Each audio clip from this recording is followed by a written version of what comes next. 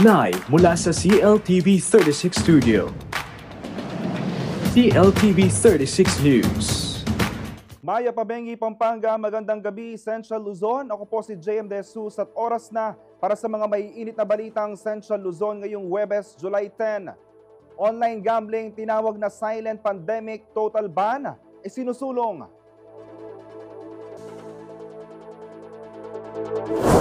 Koleksyon ng septage fee sa Magalang, pansamantalang suspendido. Ugnayan ng PhilHealth sa ibang sektor, pinapalakas. Mas maayos sa benepisyo, layo ng ahensya.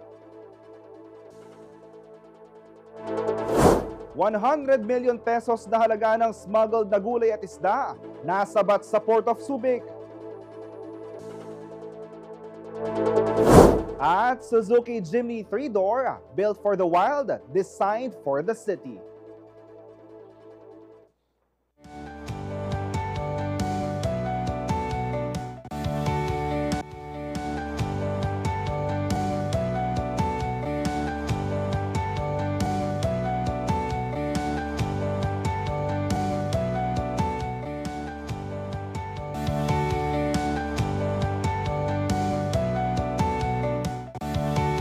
Kung dati kailangan pang magpunta sa mga casino at iba pang betting center para lang makapagsugal, ngayon kahit nakahiga o nakaupo lang basta may cellphone at internet, pwede na magsugal dahil sa talamak na ang online gambling platforms. At dahil wala na pinipining lugar ang pagkakalulong sa sugal, nagpahayag ng pangamba ang ilang sektor sa masamang epekto nito sa mga Pinoy.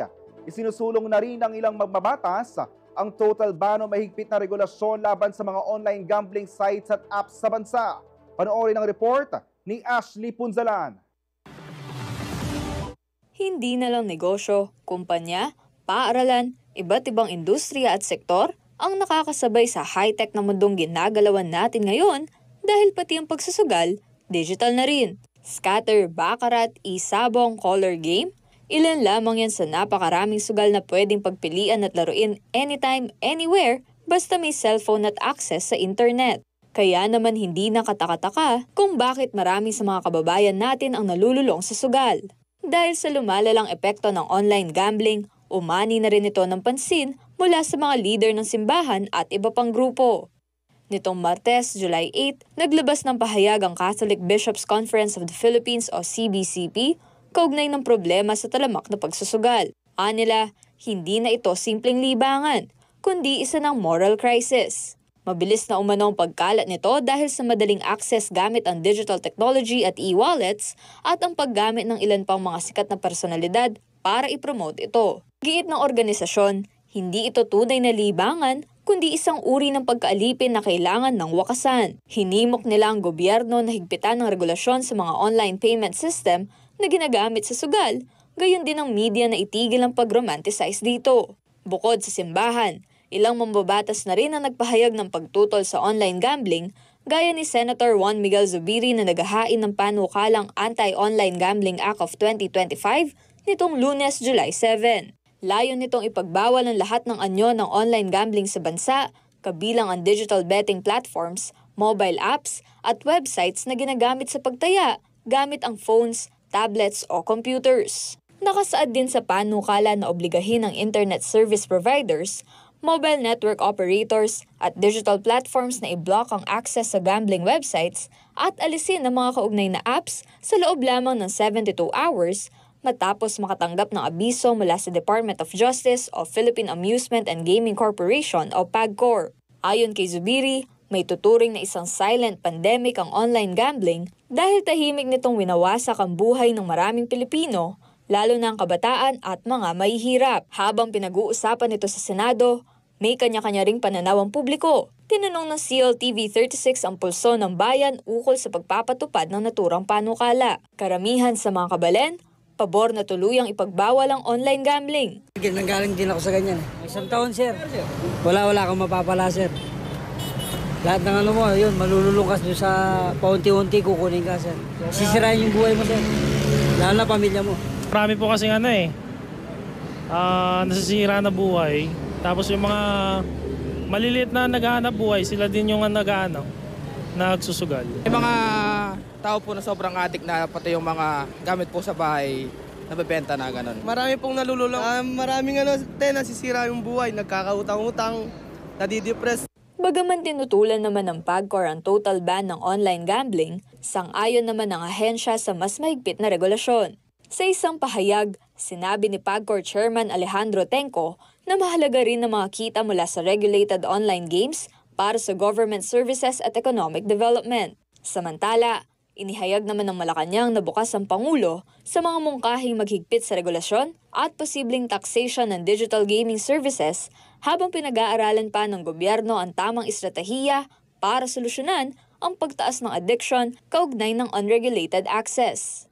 Ang Pangulo po ay nakikinig kung ano nangyayari sa ating mga kababayan at kung ano man po ang bill na ipapasa nila, ito'y pag-aaralan mabuti, kung ito'y makakabuti sa ating ekonomiya and at the same time makakabuti para sa taong bayan. Gusto natin limitahan ang itong klaseng mga pagsusugal at mabawasan ang mga gumon sa sugal.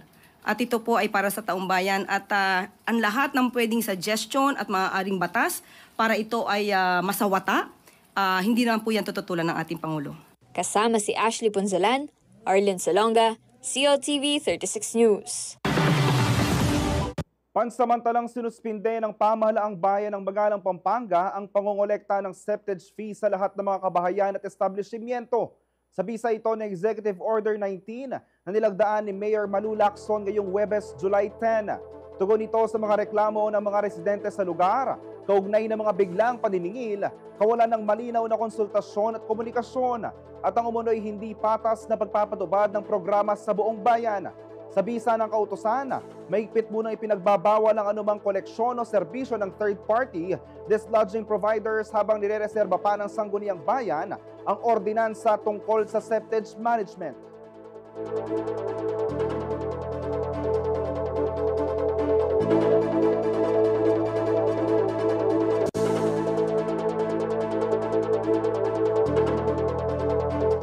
Samantala, nasabat ng Bureau of Customs o BOC ang tinatayang 1.79 million pesos ng hinihinalang marijuana at cannabis-infused cartridges na ipinuslit mula sa Estados Unidos at idineklarang mga cosmetic items. Ayon sa ulat, patungo ng Cebu City ang mga kargamento na dumating sa bansa noong June 19, 2025 sa Port of Clark sa Pampanga. Nagdudumono ang mga customs examiner dahil sa kahina-hinalang deskripsyon ng laman ng shipment. Kaya agad itong isinailalim sa masusing inspeksyon. Sa tulong ng Philippine Drug Enforcement Agency o PDEA, isinagawa ang canine sniff test kung saan nagpositibo ang mga ito sa presensya na ipinagbabawal na gamot. Natuklasan sa loob ng parcel ang 3 vacuum-sealed pouches na ang isa ay naglalaman ng 2 pakete ng dried leaves at fruiting tops na hinihinalang marijuana o kush. Ito ay aabot sa 1.046 kilo. Ang timbang nito na may tinatayang 1,569,000 pesos na halaga. Samantala, 2 pouches naman ang naglalaman ng tig 50 pieces ng cartridges na umunay may sangkap na cannabis. May estimated value naman ito na 230,000 pesos. Dinala mga sample ng items sa PDEA para sa laboratory testing kung saan kinumpirma nila na illegal drugs nga ang laman ng naturang shipment. Dahil dito, agad na naglabas ang BOC ng warrant of seizure and detention laban sa shipment.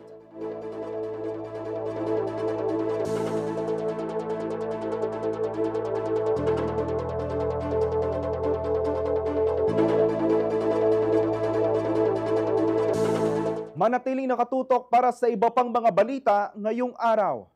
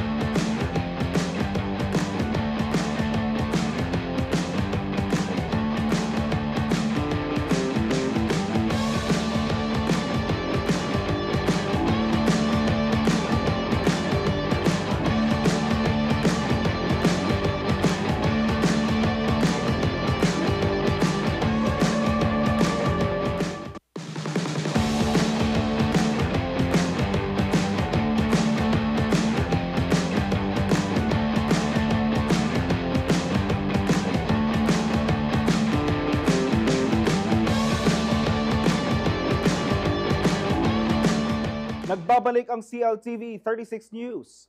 Patuloy mo nang pinalalakas ng PhilHealth ang kanilang pagkikipag-ugnayan sa iba't ibang sektor upang higit maabot ang pangangailangang pangkalusugan ng mga mamamayan.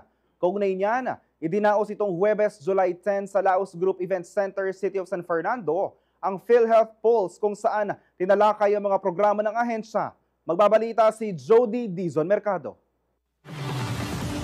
Isinusulong ng PhilHealth ang mas pinalakas sa ugnayan sa kanilang mga partners sa pamamagitan ng programang Promoting Universal Healthcare through Linkages, Synergy and Engagement o PULSE. Nagmula sa iba't ibang bahagi ng rehiyon mula sa hanin ng gobyerno at pribadong sektor ang mga nakibahagi sa naturang aktibidad na isinagawa nitong Huwebes, July 10 sa Laos Group Event Center, City of San Fernando, Pampanga. Ayon kay Henry Almanon, Acting Vice President ng PhilHealth Regional Office 3, ang PhilHealth Pulse ay hakbang upang maipaabot ng mga partner at health providers ang kanilang mga saloobin sa mga programa ng korporasyon. We're putting all important individuals who have a role in promoting universal healthcare in our country.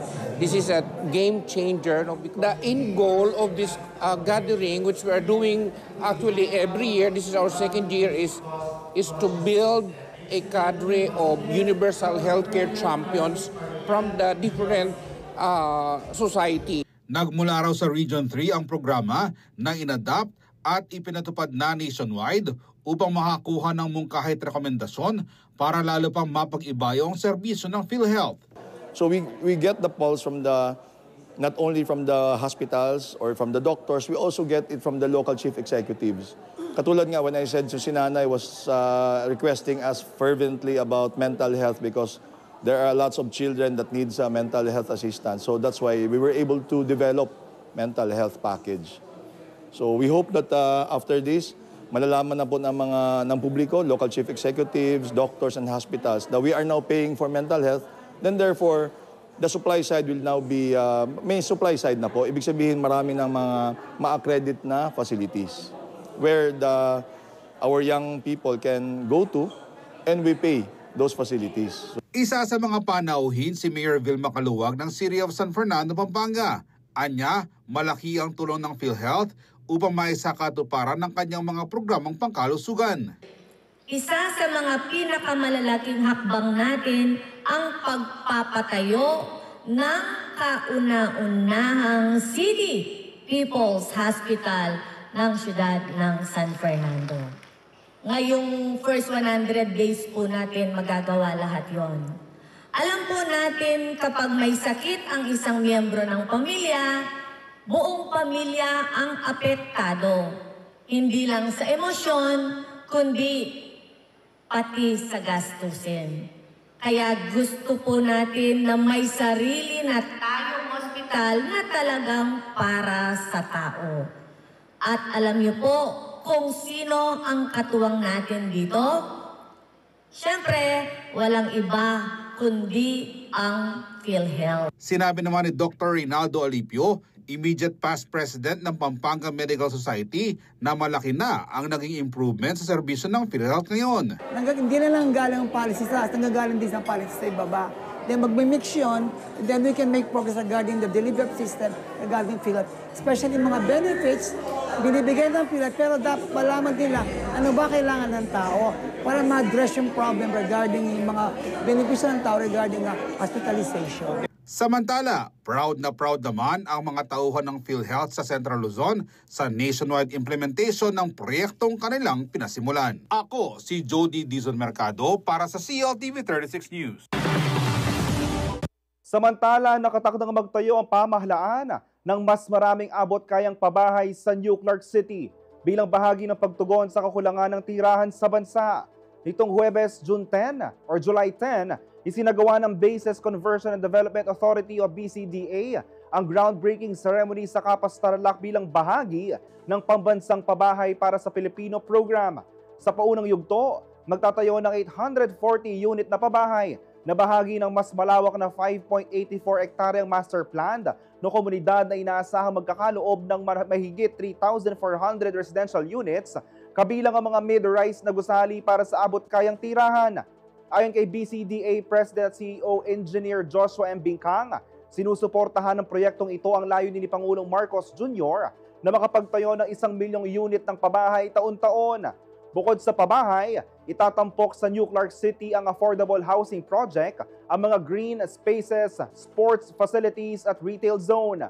Ang proyekto ay sinasagawa sa pagkikipagtulungan ng Department of Human Settlements and Urban Development at ng consortium na binubuo ng Santa Clara International Corporation at ang kumpanyang Sekyong Unitless Corporation mula sa South Korea.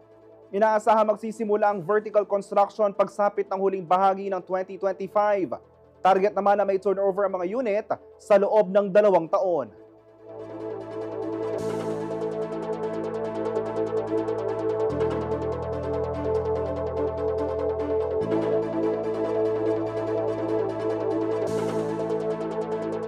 Samantala, nasa kote ng mga operatiba ng Special Drug Enforcement Unit ng San Fernando City Police ang isang high-value drug personality sa isinagawang bypass operation sa Barangay Calulot, City of San Fernando, Pampanga nitong Miyerkules, July 9.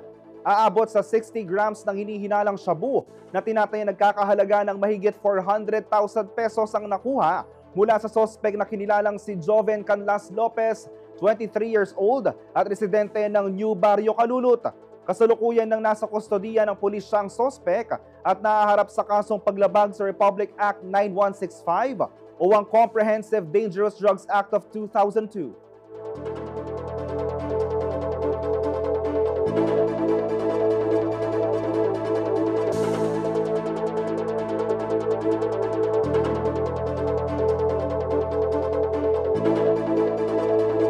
Manatili nakatutok para sa iba pang mga balita ngayong araw.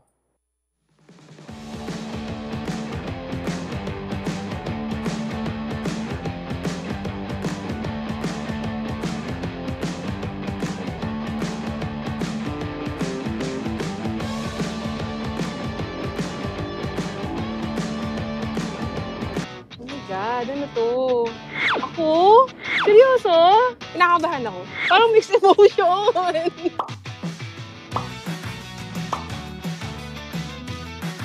Pinapagawa nila tayo ng travel and tourism vlog. At parang kinakabahan ka. Doon na lang di ako nagkape. Siyempre, gusto ko yung can't say no ka na. G? G? G? G? G? G? Nawala ako.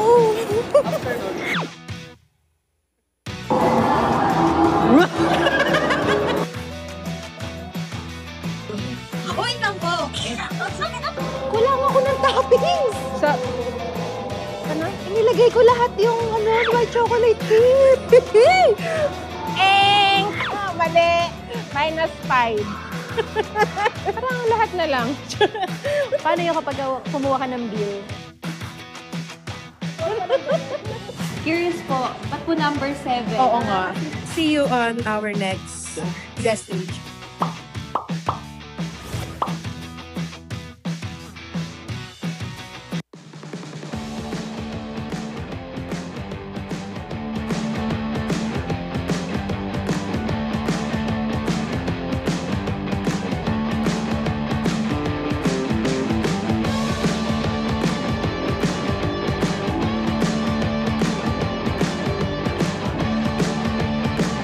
Nagbabalik ang CLTV 36 News. Milyong-milyong halaga ng misdeclared agricultural products ang nasabat ng Bureau of Customs sa Port of Subic nitong Martes. Illegal itong ipinasok sa bansa bilang chicken lollipops, ngunit tumambad sa otoridad ang mga sibuyas, carrots at isda na mula sa China. Magbabalita si Bryce Oracion. 10 container van na puno ng misdeclared na gulay at isda mula China ang nasabat ng Bureau of Customs o BOC sa Port of Subic nitong Martes, July 8. Tinatayang nasa 100 milyong piso ang halaga ng mga produktong naharang sa koordinasyon ng Department of Agriculture at Subic Bay Metropolitan Authority. Sa halip na chicken lollipops o chicken poppers na nakasaad sa deklarasyon, tumambad sa inspeksyon ang mga kontrabandong carrots, puting sibuyas at frozen mackerel mula China. Malinaw umano itong pagtatangka ng smuggling para makalusot sa buwis at regulasyon ayon sa BOC. Sa report ng ahensya, 52 containers ang una ng na-flag para sa pagsusuri. 21 rito ang pinayagang mailabas matapos beripikahin ng DA. Habang nananatili pa rin sa kustodiya ng BOC ang natitirang 31 containers, kabilang ang mga naglalaman ng illegal agricultural products. Mariin namang kinondena ng mga opisyal ang smuggling na anilay banta sa kabuhayan ng mga lokal na magsasaka at panganib sa kaligtasan ng mga mamimili. Kaugnay nito, naglabas na ang Port of Subic ng warrants of seizure and detention laban sa mga nasabat na shipment at inihahanda na rin ng kanilang mga kasong isasampa laban sa mga responsable. Iginiit naman ni BOC Commissioner Ariel Nepomuceno na mananatiling matatag ang ahensya sa pagtutugi sa mga smuggler at sa pagpapatupad ng batas bilang bahagi ng advokasya ng kasalukuyang administrasyon na palakasin ng food security at sugpuin ang mga agricultural smuggling sa bansa. Kasama si Raymond Tasoy, Bryce Oracion, CLTV 36 News. Samantala, nasa second spot ang graduate ng Holy Angel University sa katatapos lamang na June 2025 Special Master Plumber's Licensure Examination. Nakuha ni Engineer Adrian Pamintuan, laki ang ikalawang pwesto matapos makapagtala ng 84.20% rating sa naturang exam. Ayon sa Philippine Regulatory Commission o PRC, 53 out of 104 examinees ang pumasa sa MPLE na isinagawa nitong June 6 to 7, 2025. Matatandang nakuha rin ni Laki ang top 2 para sa Mechanical Engineering Licensure Examination noong February 2020.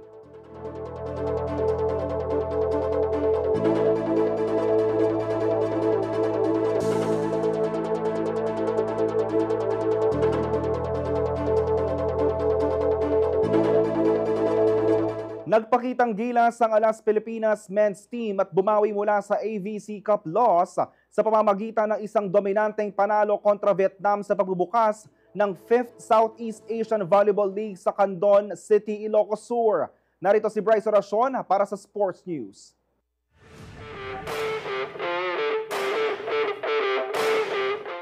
Nasungkit ng Alas Pilipinas Men's Volleyball Team ang kanilang unang panalo sa 5th Southeast Asian Volleyball League matapos talunin ng Vietnam sa straight sets nitong Miyerkules, July 9 sa Candon City Arena, Ilocos Sur. Malaking redemption ito para sa world rank number 67 Pilipinas laban sa number 61 Vietnam na nagpataob sa kanila sa AVC Cup. 3 sets lamang ang kinailangan ng volleyball squad para patumbahin ang Vietnam sa score na 25-17, 25-23 at 25-19. Sa kabila ng pagkawala sa lineup ng mga veteranong sina Mark Espejo at Jack Kalingking, matapang na umangat ang mga bagong henerasyon ng koponan. Pinangunahan ni opposite hitter Leo Ordiales ang opensa ng Pilipinas sa kanyang 20 points, habang nag-ambag naman si Micaelo Budin ng 16 points mula sa 12 attacks at 4 blocks. Pumida rin ang mga bagong pangalan sa national lineup gaya ni na Jade Desquitado, Kenny Di Batas at Vince Lorenzo na nagpakita ng galing at composure sa crucial moments. Matatanda ang nailampaso ng Vietnamese squad ang Pilipinas sa kanilang AVC stint kung saan nagtapos sa 10th spot ang pambansang koponan. Para kay Ordiales, confident booster ang kanilang first win para sa kanilang mga susunod pang mga laro. Sobrang gaan lang ng communication namin. Siguro lumabas yung inahin sa akin namin araw-araw. Sobrang halaga ng panalo to kasi ito yung magbibigay ng kumpiyansa sa amin to the next game. Samantala, hindi pa rito nagtatapos ang laban dahil magpapatuloy pa ang mga kritikal na laro sa unang leg ng torneo. Unang makakaharap ng Alas Pilipinas ang world rank number 60 Thailand ngayong Huwebes, July 10, kasunod ang Cambodia sa Sabado, July 12, at Indonesia rank 65 sa Linggo, July 13, na pawang gaganapin sa parehong sports venue. Kasama si MC Galang, Bryce Oracion, CLTV 36 News. Manatili nakatutok para sa iba pang mga balita ngayong araw.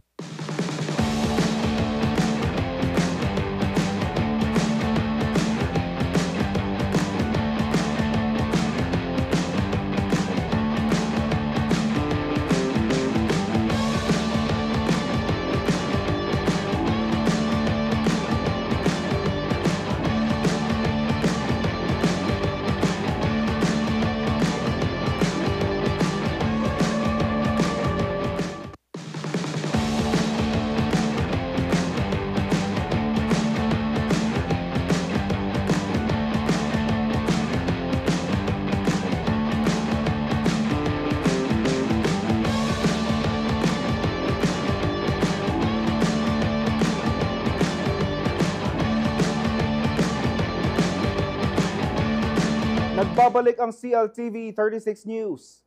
Nanawagan si Lobao Mayor Esme Pineda sa Department of Public Works and Highways o DPWH na pabilisin ang procurement process para sa stoplight na ilalagay sa intersection ng Barangay Santo Tomas at Jose Abad Santos Avenue o Jasa matapos ang panibagong insidente ng road crash sa lugar. Ayon sa mga residente, matagal nang delikado ang nasabing panulukan dahil sa kawalan ng stoplight at maayos na sistema ng trapiko, kaya madalas ang aksidente rito. Ito lamang July 3, isang sedan ang sumalpok sa isang motorsiklo habang ito'y tumatawid na muling nagpaalala sa panganib ng lugar lalo na sa gabi. Matagal na ring inaksyonahan ng Sangguniang Bayan ng Lobao ang problema at nagpasa ng resolusyon upang hilingin kay DPWH District Engineer Gregorio Odea ang paglalagay ng stoplight sa lugar. Gayunman, lumipas na ang ilang taon ngunit hindi pa rin naisa sa katuparan ang proyekto. Dagdag ni Mayor Pineda, hindi na kailangang hintayin pa na magkaroon ng isa pang trahedya. Hanggat maaari ay bilisan na lamang daw ang proseso para mailagay na ang traffic light at maprotektahan ang buhay ng ating mga kababayan.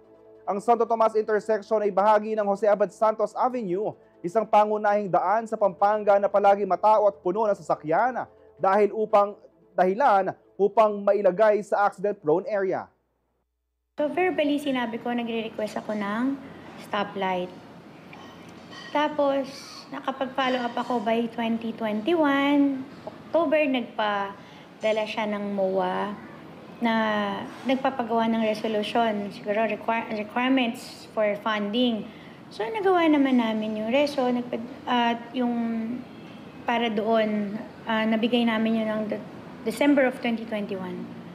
So, ako on our part, syempre, magpa-follow up lang ako kasi malaki yung halaga. That time, alam ko parang 7 to 8 million yung halaga. So sabi ko, hindi kaya yan ng LGU. So, ako, habang taon-taon nagpa-follow up ako, so meron kaming savings from disaster. So, ang ginawa ko, before pa nun, ang inumpisa namin talaga, naglagay kami ng mga reflectorized, lalo na pagdating sa mga bridges dito, along Jasa, even sa bypass, naglagay kami para makatulong. Then, after that, yung pa rin, ito nga, na-i-reprogram na namin yung budget, yung savings from disaster. Kaya last year namin, nagawa, napalagyan ng buong Jasa. Yung stretch, Jasa namin is almost 17 kilometers. So yan, nasa almost 12 million galing sa pondo ng munisipyo. Na hindi dapat kami, di ba? Pero ito, merong pondo. So sabi ko, bakit hindi ko gagamitin para naman sa ikabubuti, di ba, dito sa bayan ko. So yun yung ginawa namin. At ito ngayon nagpasok-pasukan, nagpalagay ako ulit. Although nag-fade na yung iba sa mga pedestrians, lalo na sa mga harap ng mga schools dito along Jasa, at meron ding certain na intersections. Pinaano ko yung mga pedestrian lane. Para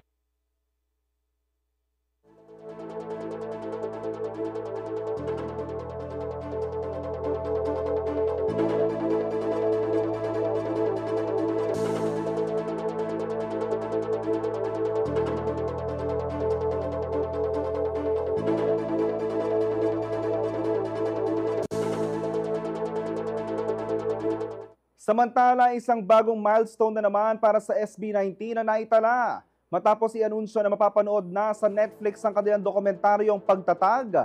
Tampok dito ang kanilang makasaysayang paglalakbay bilang independent artists. May showbiz balita si Danny Cagino.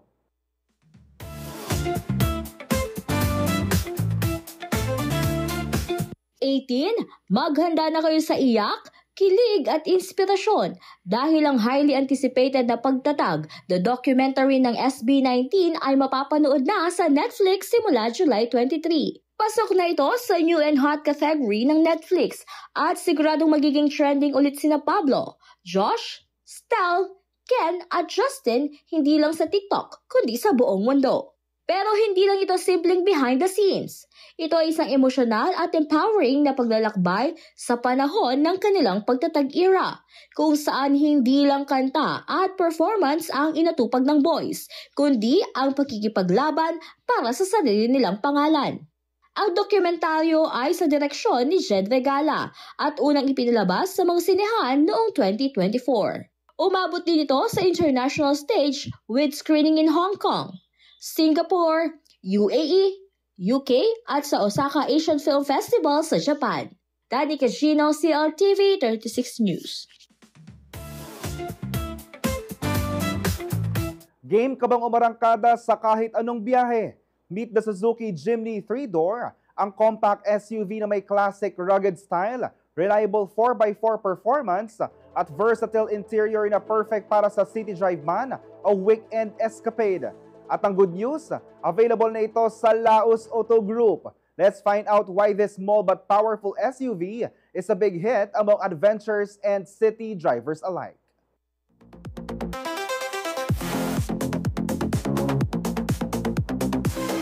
Hi, I'm Ralph David, Sales Executive at Suzuki Auto San Fernando.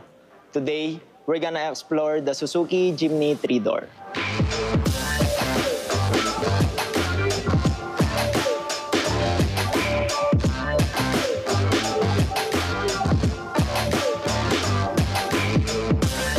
Para sa ating Jimny 3-door, so meron tayong round headlight.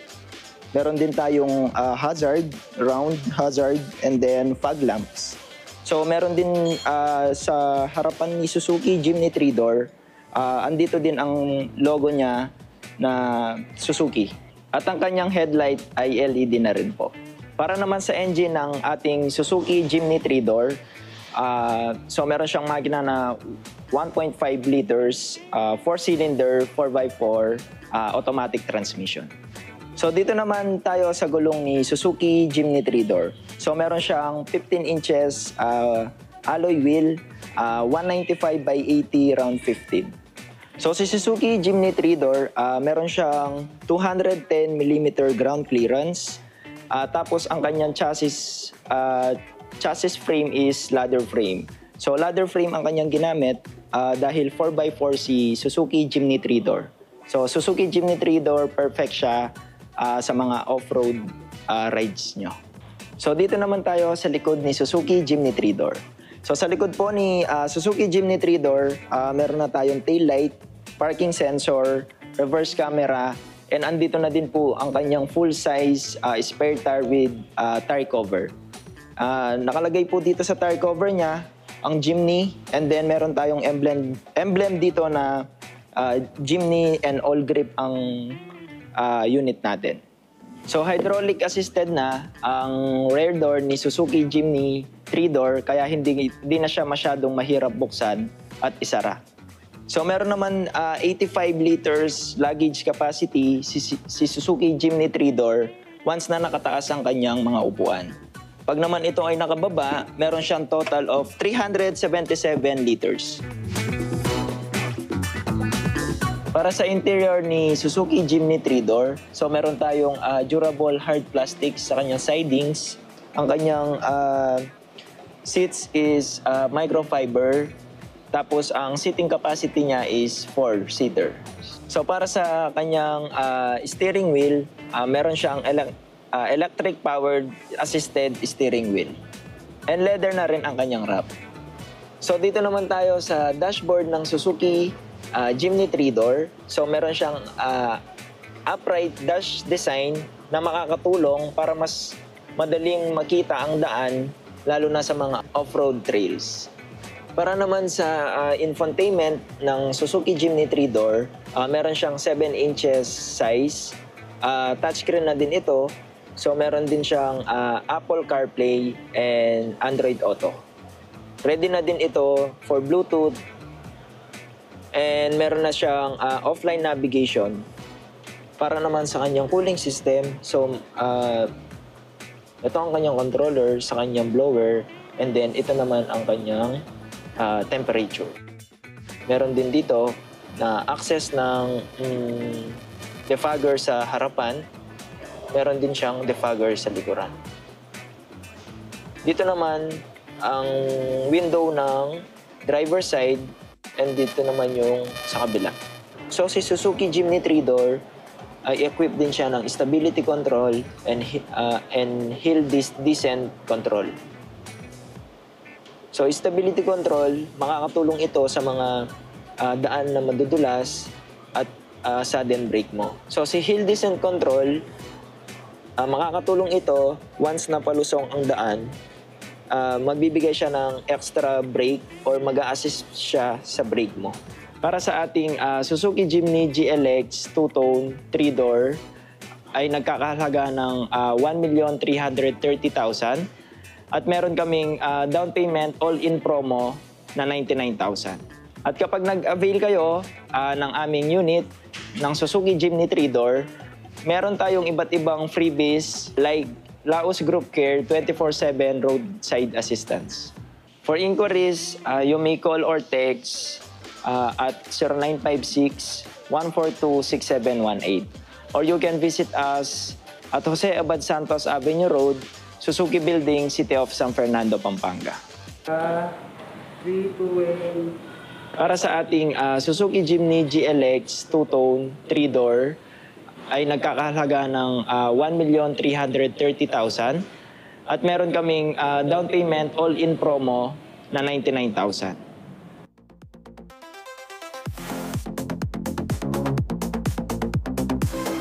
At yan ang mga balitang nakalap ng CLTV 36 News.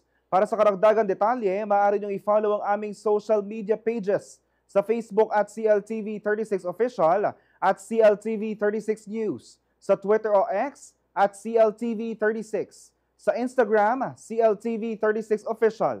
Kung nais yung balikan ng mga programa ng CLTV, pwede niyong bisitahin ang aming YouTube channel, CLTV 36 Official, at ang aming website, www.cltv36.tv. I-promote ang iyong negosyo para mas marami kang maabot sa TV at social media sa pamamagitan ng pagkikipag-partner sa CLTV 36. Magpa-advertise na at i-feature ang iyong produkto o serbisyo sa aming mga news at public affairs program. Para sa inquiries, nag-message sa aming official Facebook page o tumawag at mag-text sa 0930-381-9332 at 0918-854-2357. Mapapanood din ang mga programa ng CLTV nationwide via Signal Channel 115 at sa ating 38 cable partners. Kasama ang buong pwersa ng CLTV News and Current Affairs, ako po si JM De Jesus. Maraming salamat po.